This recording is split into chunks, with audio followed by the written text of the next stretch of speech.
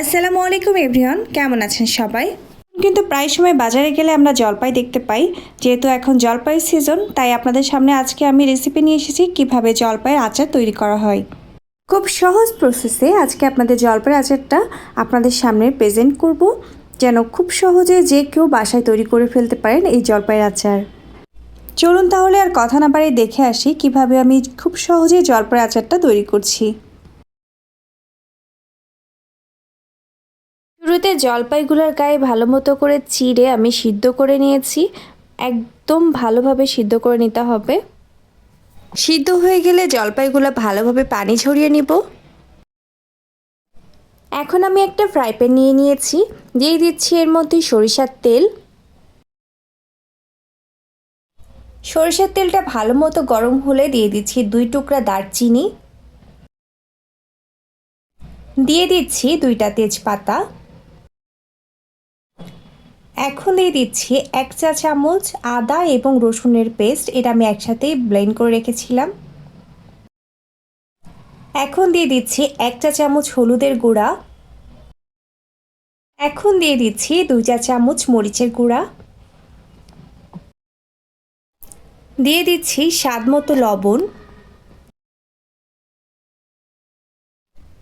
এখন দিয়ে দিচ্ছি আগে থেকে সিদ্ধ করে রাখা 1 কেজি জলপাই। আমি আজকে 1 কেজি জলপাই ব্যবহার করছি।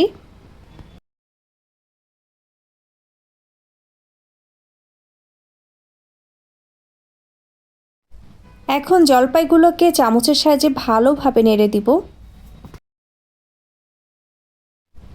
এখন দিয়ে দিচ্ছি 7-8 পিসের মতো আস্ত রসুন। এখন আবারও চামচের সাহায্যে ভালো মতো মেশাতে থাকবো বা কষাতে থাকবো। এটা বেশ সময় নিয়ে আপনাকে করতে হবে, ধৈর্য হারা হলে হবে না। চুলার হিটটা অবশ্যই লো হিটে রেখে তারপরে করতে হবে।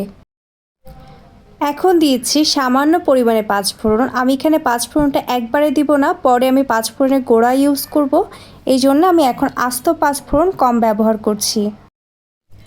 আমি এখানে পৌনে 2 কাপের মতো চিনি ব্যবহার করছি। চিনিটা আসলে আপনাদের স্বাদ মতো দিবেন, কেউ বেশি মিষ্টি খান, কেউ বা কম মিষ্টি, সেই অনুযায়ী আপনার চিনিটা দিবেন। এখন সব কিছুকে আবারও ভালো করে মিশিয়ে নিব।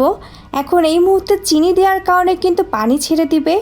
কোনোভাবে এইভাবে কিন্তু আচারটাকে রেখে দেওয়া যাবে না, তাহলে কিন্তু পানি ছেড়ে দেওয়ার জন্যে আচারটা নষ্ট হয়ে যাবে। এখন আমি দিয়ে দিচ্ছি আগে থেকে মরিচ ছোট ছোট টুকরা করে রেখেছিলাম, শুকনা মরিচ, সেগুলো দিয়ে দিচ্ছি। আমি এখানে 6-7টা মরিচ ব্যবহার করছি, আপনাদের কম বেশি লাগতে পারে, সে অনুযায়ী দিয়ে দিবেন। এখন আমি একটা ঢাকনা দিয়ে ঢেকে অপেক্ষা করব যতক্ষণ না পর্যন্ত জলপাই থেকে যে পানিটা ছেড়ে দিয়েছে সেটা কমে না আসছে। সব কিছু লো হিটে রেখে আমাদেরকে করতে হবে, আর একটু পর পর ঢাকনা উঠিয়ে নেড়ে দিতে হবে যেন কোনোভাবে তলায় লেগে পুড়ে না যায়। আমার আচারে পানি কিন্তু শুকিয়ে গিয়েছে, আর দেখেন কালারও পরিবর্তন হয়ে গিয়েছে। যারা আস্তভাবে আচারটাকে তৈরি করতে চাচ্ছেন জলপাই গোটা রেখেই, তারা কিন্তু এখন এই মুহূর্তে তাদের জন্য আচারটা রেডি। এখন শুধুমাত্র স্টিকা বা ভিনেগার দিলেই হয়ে যাবে।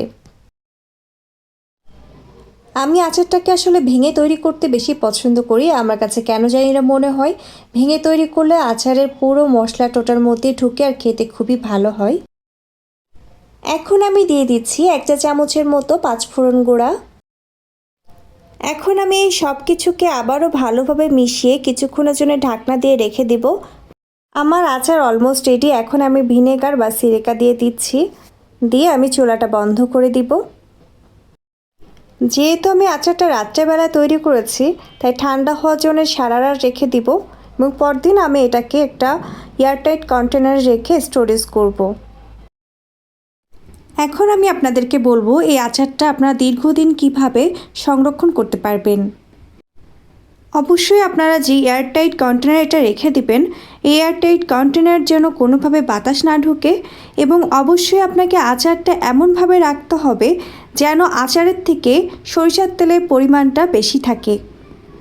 এক কথায় সরিষার তেলে যেন আচারটা ডুবে থাকে। মাঝে মাঝে অবশ্যই আপনাকে আচারটাকে রোদে দিতে হবে। এছাড়া 6 মাসে অন্তত একবার আপনাকে আচারটাকে ভালো করে আবারও জাল করে ঠান্ডা করে তারপর এয়ারটাইট কন্টেনারে রেখে দিতে হবে, তাহলে কোনোভাবে আপনাদের আচারটা নষ্ট হবে না। এই সব কিছু ফলো করলে আপনারা ফ্রিজে রাখা লাগবে না আচার, বাইরে রেখে আপনারা অনেক দিন পর্যন্ত আচারটা সংরক্ষণ করতে পারবেন। আজকের মতো এই পর্যন্ত, আবার দেখা হবে নতুন কোনো রেসিপি নিয়ে। সে পর্যন্ত সবাই ভালো থাকবেন। আল্লাহ হাফেজ।